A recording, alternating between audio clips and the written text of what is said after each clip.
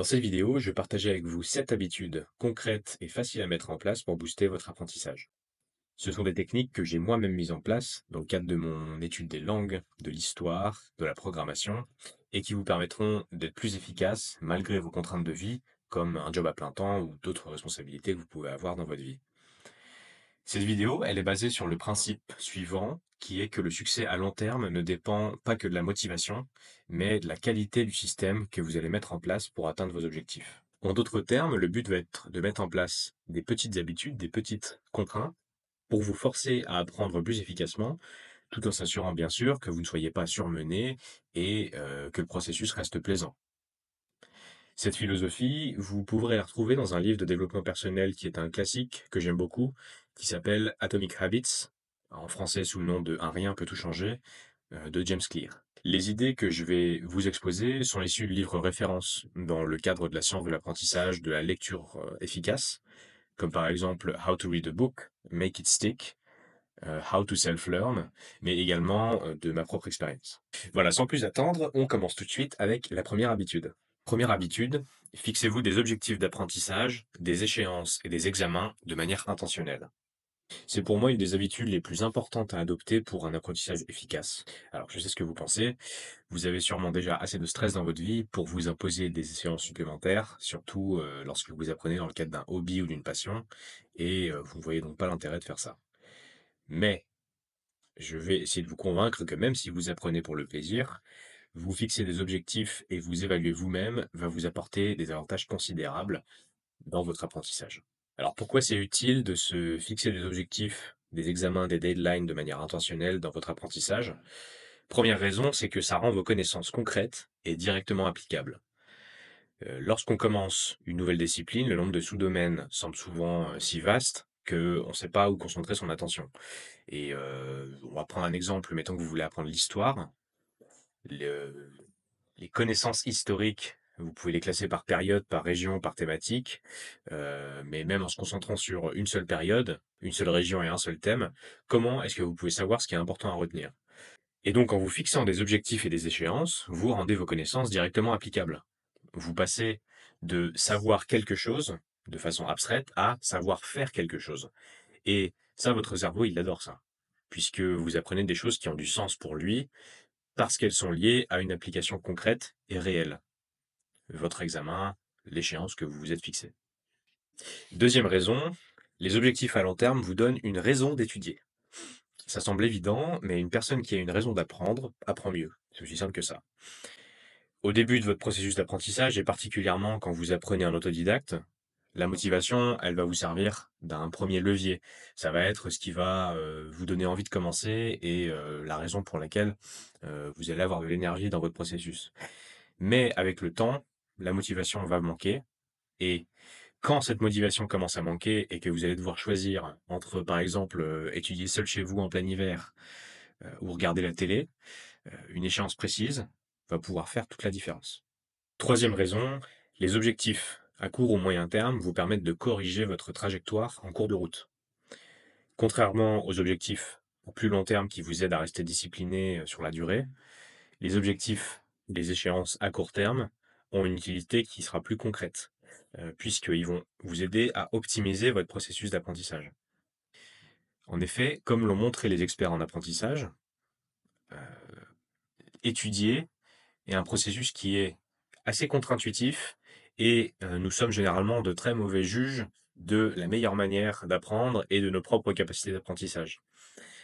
Par exemple, une des méthodes qui est très utilisée par les étudiants, quels qu'ils soient, et qui en fait se révèle être très inefficace pour l'apprentissage à long terme, c'est le bachotage, la répétition d'informations, la relecture frénétique de vos fiches de révision, de vos livres, etc.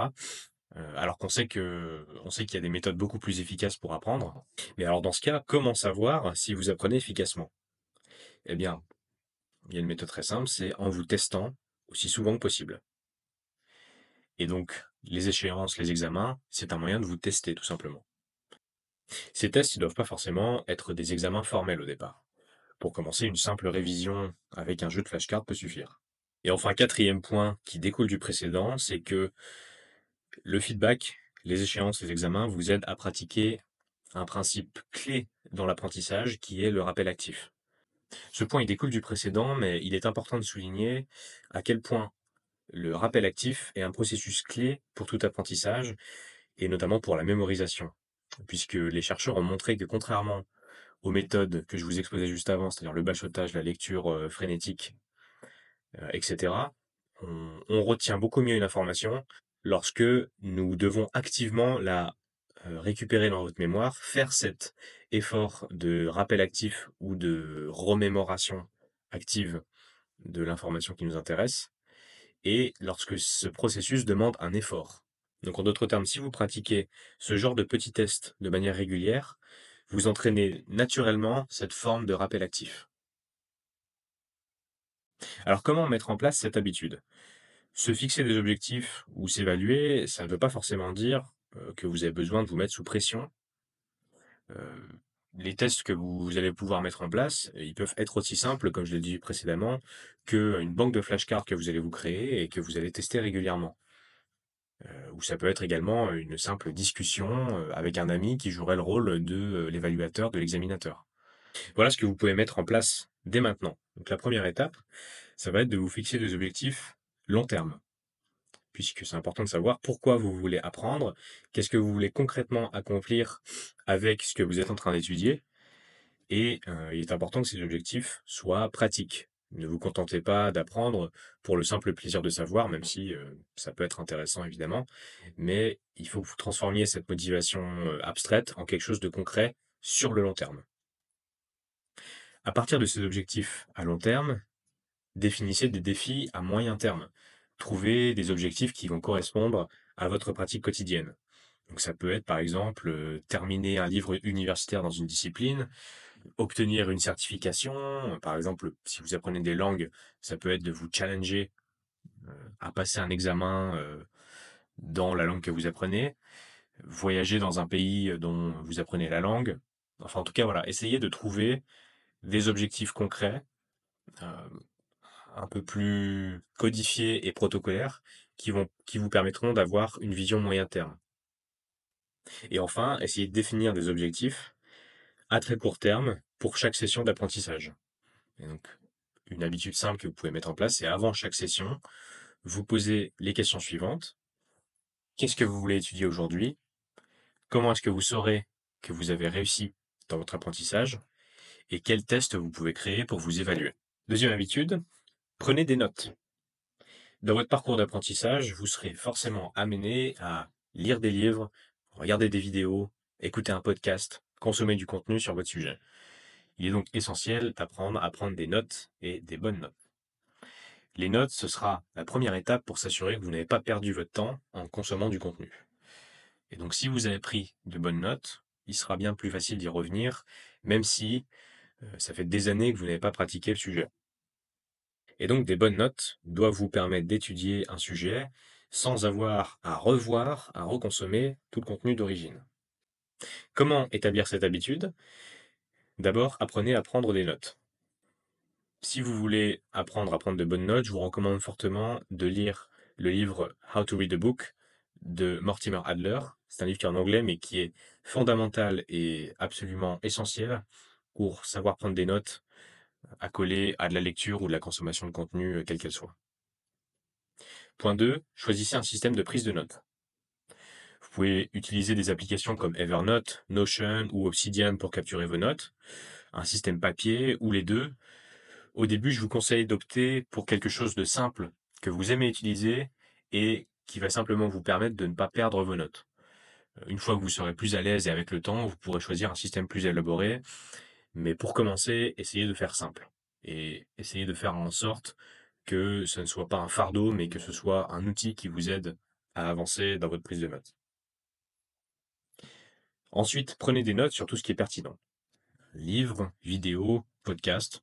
Voilà, c'est évident, mais c'est la phase d'exécution de cette habitude. Alors, commencez par des brouillons et des notes simples.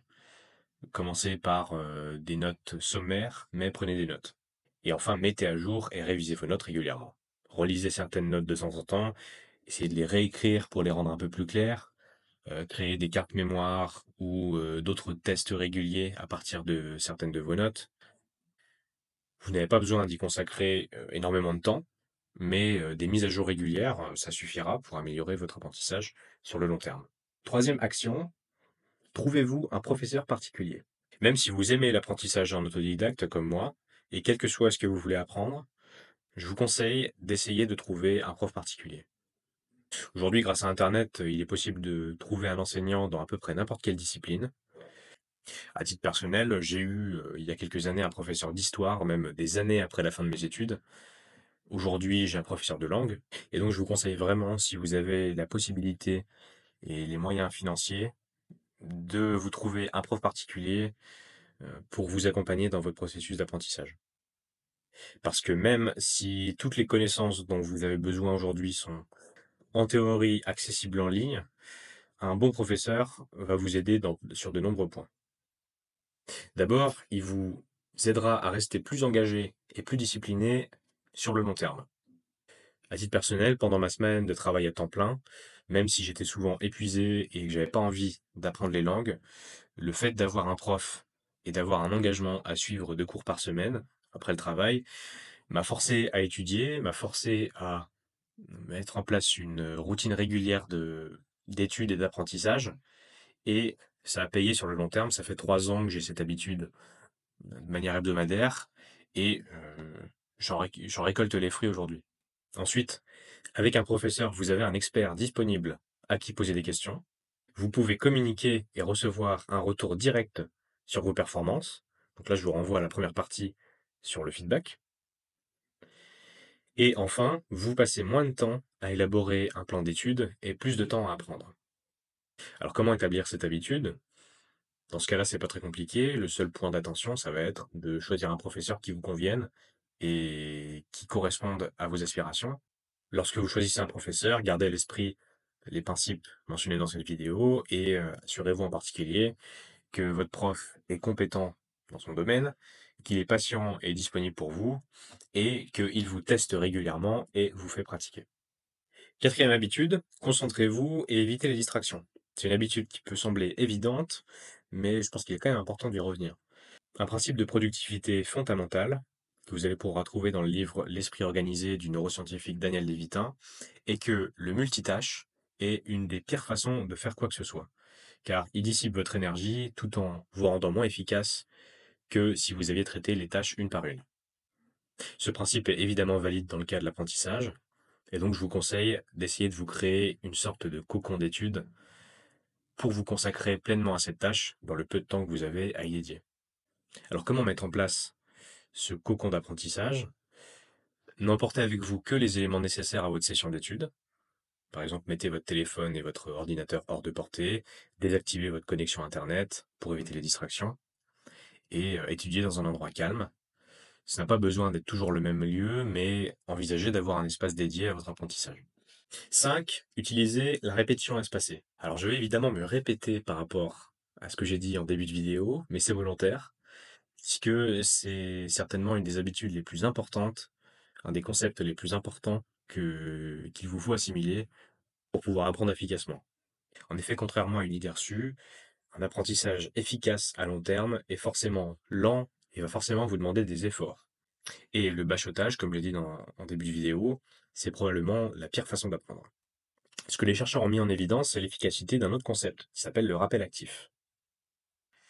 Ce concept, il stipule qu'une information va être mieux retenue lorsque vous la découvrez, puis commencez à l'oublier, puis faites un effort actif pour vous la remémorer, pour la retrouver en mémoire, et enfin si vous répétez ce processus encore et encore. Et une méthode très connue pour appliquer ce principe, c'est l'utilisation des flashcards ou cartes mémoire. C'est une méthode qui est particulièrement populaire parmi les apprenants en langue, mais que vous allez pouvoir utiliser dans de nombreux autres domaines, et j'ai même envie de dire dans n'importe quel autre domaine. Ces applications de flashcards, elles intègrent souvent un système de répétition espacée qui va vous permettre de revoir chacune des informations, donc chacune de ces cartes mémoire, à un intervalle optimal en fonction de votre niveau de maîtrise de cette carte. Alors comment établir cette habitude? Choisissez le bon système de flashcard. Il existe de nombreuses applications disponibles en ligne. Si vous préférez une approche classique, vous pouvez utiliser un système papier, mais celles-ci ne vous permettront pas de profiter de la répétition espacée. Donc l'idéal est de choisir un système plus personnalisable. Je vous conseille personnellement Anki, dont je suis un fan absolu, que j'utilise notamment pour les langues, mais aussi pour ma culture personnelle. Créez de nouvelles flashcards après chaque session d'apprentissage. Une fois que vous avez choisi le bon système, créez-vous de nouvelles flashcards après chaque session d'apprentissage. Et enfin, pratiquez un rythme de 5 minutes par jour, c'est suffisant, pour avoir un impact significatif sur votre apprentissage. Sixième habitude, pratiquez le qu'est-ce que j'ai appris aujourd'hui. C'est une habitude très simple qui peut être appliquée soit à un sujet spécifique, ou soit plus globalement à la fin de la journée pour votre culture générale. L'idée est de prendre quelques instants à la fin de la journée pour simplement réfléchir à ce que vous avez appris et laisser votre pensée créative s'exprimer. C'est une petite habitude, mais qui peut produire de très grands résultats, car elle met en pratique deux concepts clés de l'apprentissage que vous retrouvez notamment dans le livre Make It Stick, la récupération active, le rappel actif, dont j'ai parlé juste avant, et la génération, qui consiste à trouver des moyens créatifs d'utiliser vos nouvelles connaissances. En effet, l'apprentissage est plus efficace lorsqu'il est relié à d'autres idées et à ce que vous savez déjà. Cela renforce les connexions dans votre cerveau et vous permet de construire des modèles mentaux, c'est-à-dire des abstractions qui clarifient votre pensée. Comment mettre en place cette habitude? Prenez une feuille blanche à la fin de la journée et posez-vous ces questions. Qu'est-ce que j'ai appris aujourd'hui? De quoi est-ce que je me souviens? Et comment est-ce que ça se connecte à ce que je connais déjà? Vous pouvez également aller plus loin dans cette habitude en partageant votre réflexion à quelqu'un d'autre, en l'écrivant en ligne, en créant des flashcards basés sur ce que vous venez d'écrire. Ça vous permet de pratiquer plusieurs habitudes en même temps. Et donc, cette petite habitude clarifiera davantage votre pensée et rendra votre apprentissage plus efficace et plus attrayant. Et enfin, septième point, amusez-vous. Maintenant, il est temps d'apporter un petit peu de nuance à la rigueur qui a dominé cette vidéo jusqu'à maintenant. Vous ne devriez pas avoir peur de rendre votre apprentissage aussi ludique que possible, puisque le jeu, comme méthode d'apprentissage, c'est quelque chose qui a prouvé son efficacité depuis des centaines de millions d'années. C'est comme ça que les animaux apprennent, c'est comme ça que les enfants apprennent, et c'est comme ça que vous devriez aussi apprendre. Le jeu rend le processus d'apprentissage plus pratique, plus concret, moins contraignant et plus attrayant. Et donc, il n'y a absolument aucun désavantage à mettre en place cette pratique. Alors, comment introduire du jeu dans votre pratique? Eh bien, prenez régulièrement du recul pour réfléchir à comment rendre votre apprentissage plus fluide et plus amusant. Je vais vous donner quelques idées dans différents domaines dont vous pourrez vous inspirer. Si vous apprenez une langue, eh ben, regardez une vidéo sur l'un de vos hobbies dans cette langue. Si vous pratiquez de la musique, eh ben, apprenez votre chanson préférée sous un mode simplifié, avec une version simplifiée par exemple. Si vous apprenez la programmation, bah, prenez votre passe-temps favori et essayez de créer un outil qui serait dédié à votre hobby, qui serait lié à votre hobby d'une manière ou d'une autre. En d'autres termes, laissez votre imagination s'exprimer. Voilà, on arrive à la fin de cette vidéo.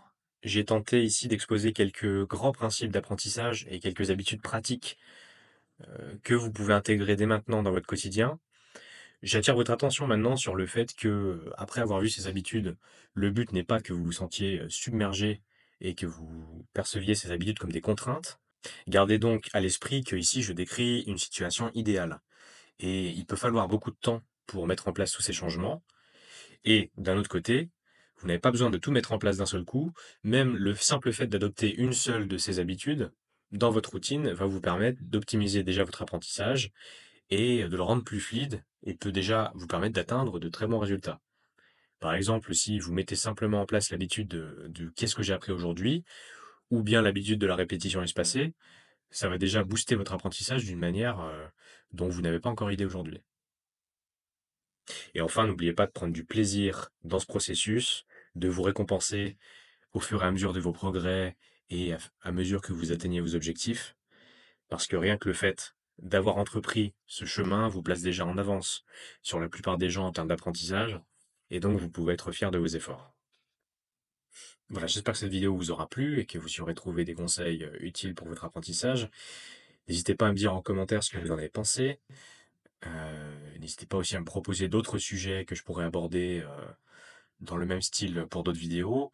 Et si le contenu vous a plu, je vous invite à vous abonner et on se retrouve très très vite pour d'autres vidéos. À bientôt.